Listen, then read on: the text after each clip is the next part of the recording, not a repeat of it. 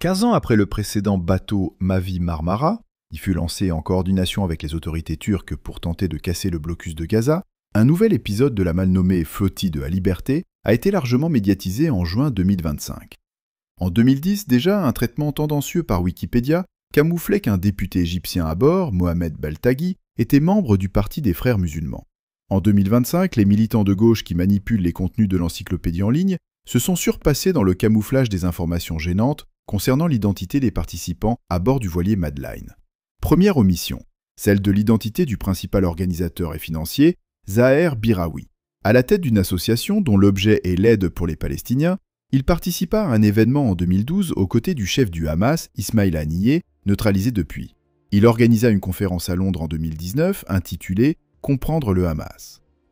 Autre partisane du Hamas, présentée par Wikipédia comme une simple militante de la cause palestinienne, l'Allemande Yasmine Akkar était aussi à bord du Madeleine. À un journaliste allemand lui exposant la nature terroriste du Hamas, qui prend de surcroît en bouclier humain des enfants, elle fit des dénégations de la tête, provoquant l'étonnement du journaliste. Elle se filma en train de barrer le mot Hamas d'une inscription mentionnant « détruire le Hamas », remplaçant l'organisation terroriste par le mot « sionisme ».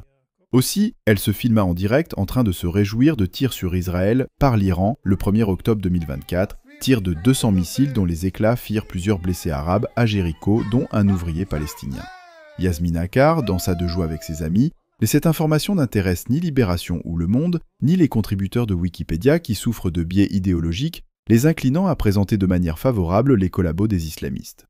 Autre influenceur islamiste présenté comme un simple militant solidaire de Gaza par Wikipédia, Thiago Avila, un Brésilien qui poussa son engagement jusqu'à venir rendre hommage au chef du Hezbollah, Hassan Nasrallah, à Beyrouth en février 2025. Écoutez-le encenser le chef du mouvement terroriste piloté par l'Iran, qui tua nos soldats en 1983. The Lebanese people showed a way to do it. It's to resist the enemy, to resist colonization. And this was not done by accident. It was done inspired by someone that gave his life to defend the Lebanese people, to support the Palestinian people, and that inspired a whole generation of people.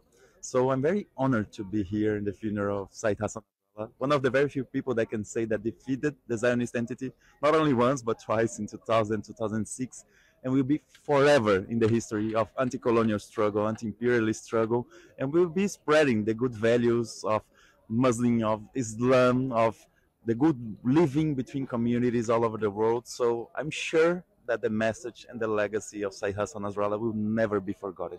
So I'm very thrilled to be. Il serait long d'énumérer tous les marqueurs d'extrémisme des participants à la mal nommée flottille de la Liberté.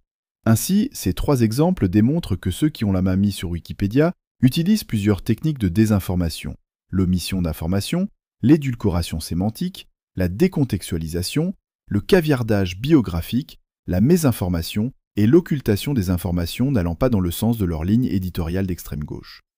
Ce décryptage vous a été proposé par le Centre méditerranéen de recherche sur l'islamisme, islamisme.org.